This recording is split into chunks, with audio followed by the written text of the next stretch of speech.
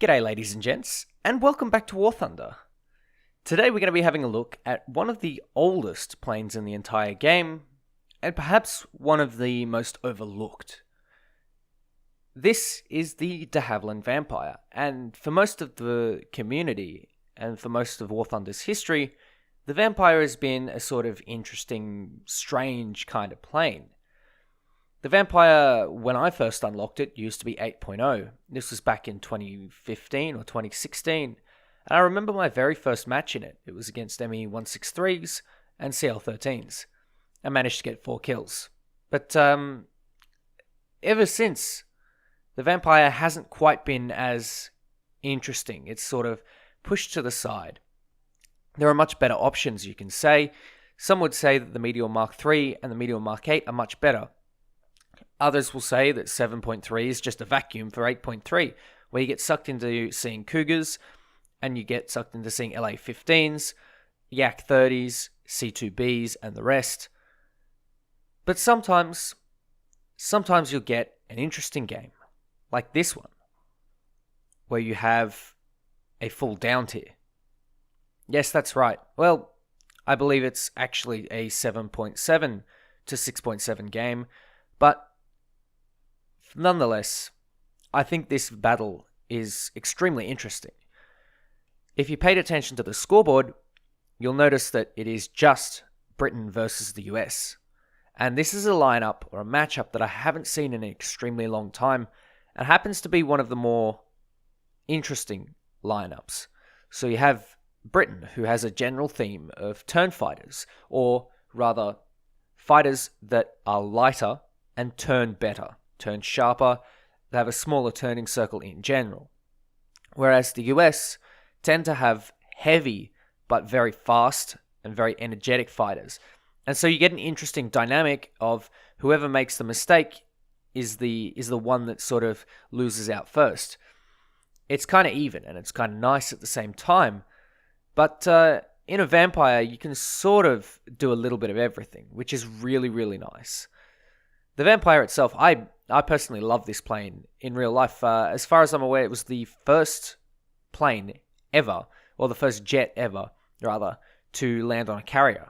And obviously we don't have that function. And I believe, I can't remember, but someone let me know in the comments if it actually had a tailhook. Because I don't remember seeing any vampires with a tailhook. Maybe there's a sea vampire that I'm not aware of. And obviously, you know, it's an interesting little plane. It's actually made of wood, if you will believe. It is literally, the wings are literally made of wood. And that's awesome for me. That's so cool. The plane, it's a wooden jet. It's wooden, yes, that's amazing. Can you believe that the British actually did this? I mean, the British made some real stinkers of planes. But this particular machine was powered by a Rolls-Royce, was it a Rolls-Royce Goblin engine, I believe?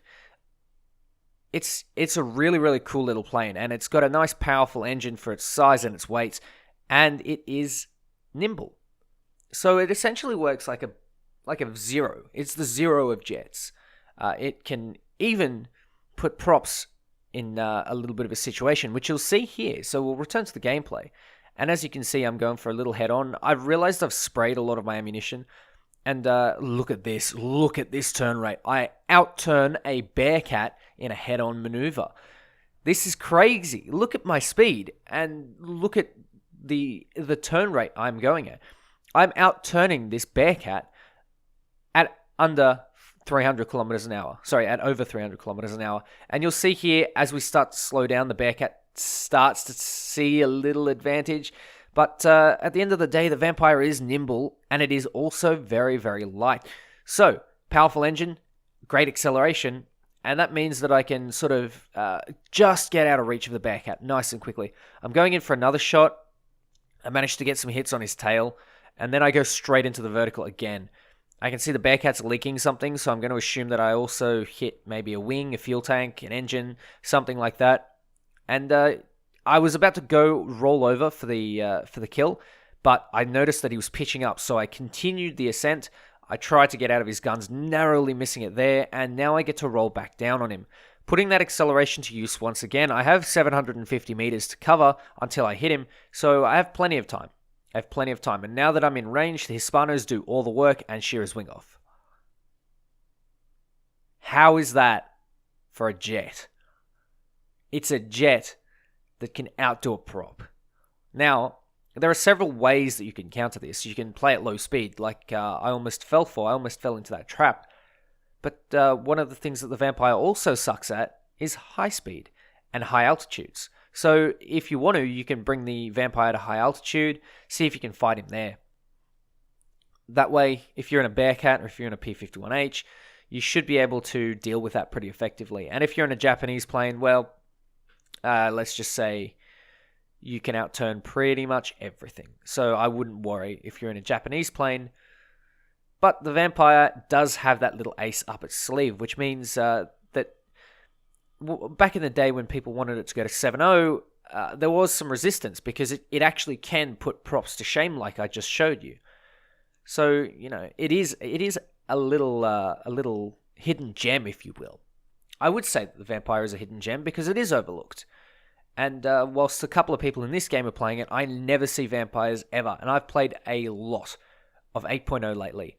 I've seen maybe a dozen Vampires, mostly Meteors, mostly F-84Gs, mostly Banshees, LA-15s, Yak-30s, etc. So, we're engaging a P-80 here. I'm going to call it a P-80, but it's the F-80A. It's the first F-80. And you can see it's effortless. I'm just effortlessly outturning this guy. He doesn't know what to do. He's already stuck in a 2 versus 1 situation with the Seahawk. And I'm just trying to get my shots on. As you can see, despite playing a lot of 8.0, particularly Meteor Mark 8, I'm really rusty with these Hispanos. These Hispanos are mounted underneath the fuselage, and so they're a little bit funky for me. I finally managed to get a kill with the last of my ammunition, taking his tail clean off. So that was nice and easy. And that's ammo, all gone for me. The Vampire doesn't really have a high level of endurance when it comes to ammunition, so you got to really be careful of how you spray. Personally, I wouldn't take any snipes, I wouldn't do any long-range stuff, I would keep it short-ranged. These guns work really well at close range, and as a Vampire, you can actually get close enough. So if you were flying, say, a Hunter, and you had 4 20mm cannons, you wouldn't be able to sort of close that distance quickly. That's why the Hunter needs its 30mm cannons.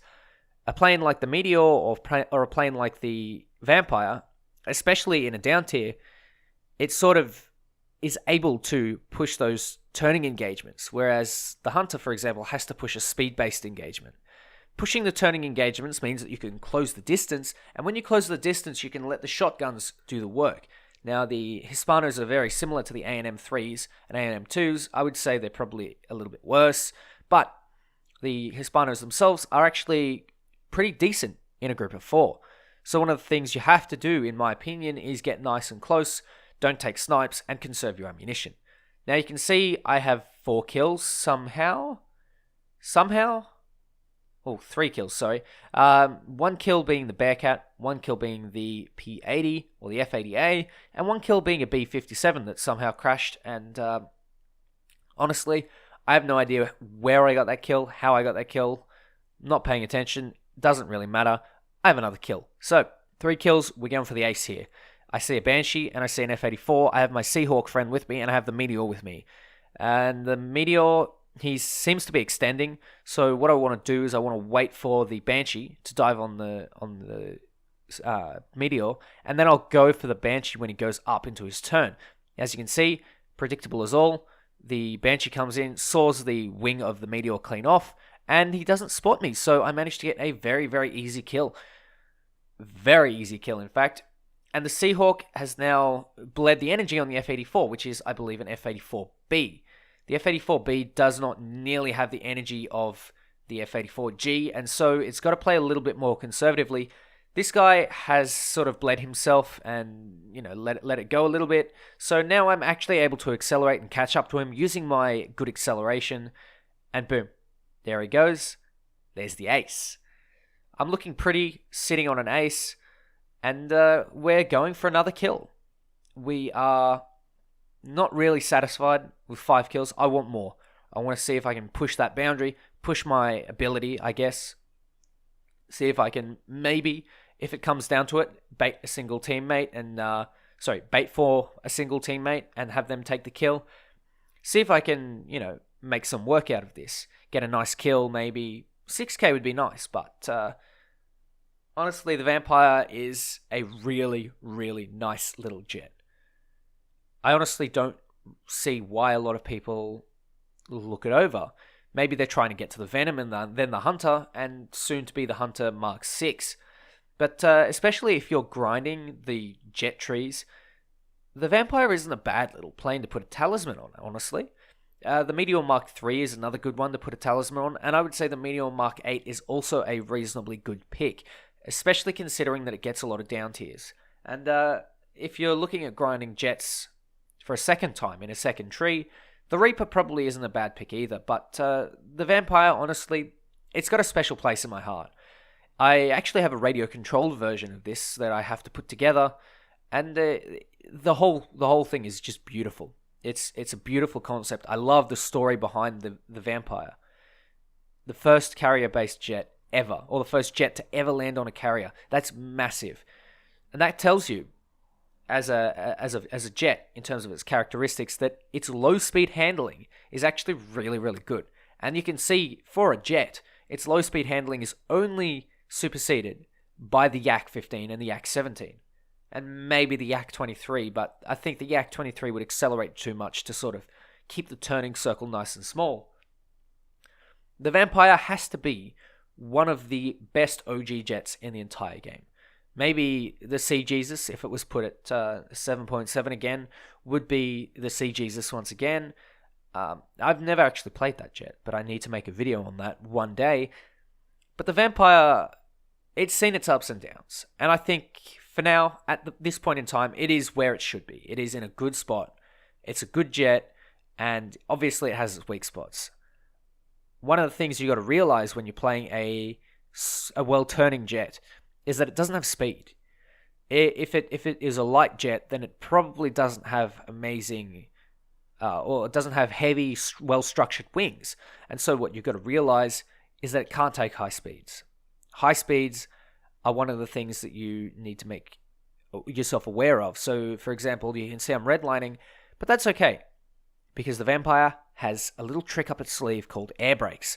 Air brakes in this situation are very useful because you can see the F-84 is extremely low on energy, and there's no way that I'm going to leave myself in an energy disadvantage when I'm facing that F-84. I come in for the dive, I zoom away from the AA, and I get myself my 6th kill. That's pretty good. That's a really good result. Good take home, and a good plane to top it off.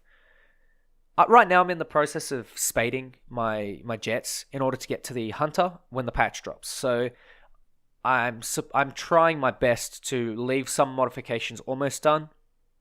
But when you get 6 kills and you accidentally put an RP booster on, you get 14k RP. Whoops. I've over-researched a few mods. You can see the new 20 mils, which is not bad, but still, that's a lot of RP to put to your upgrades. And it's good. It's a good plane. Anyway, ladies and gents, take care. Hope you enjoyed, and I'll catch you next time. If you made it to the end of the video, comment down below. British bias is real. See you guys.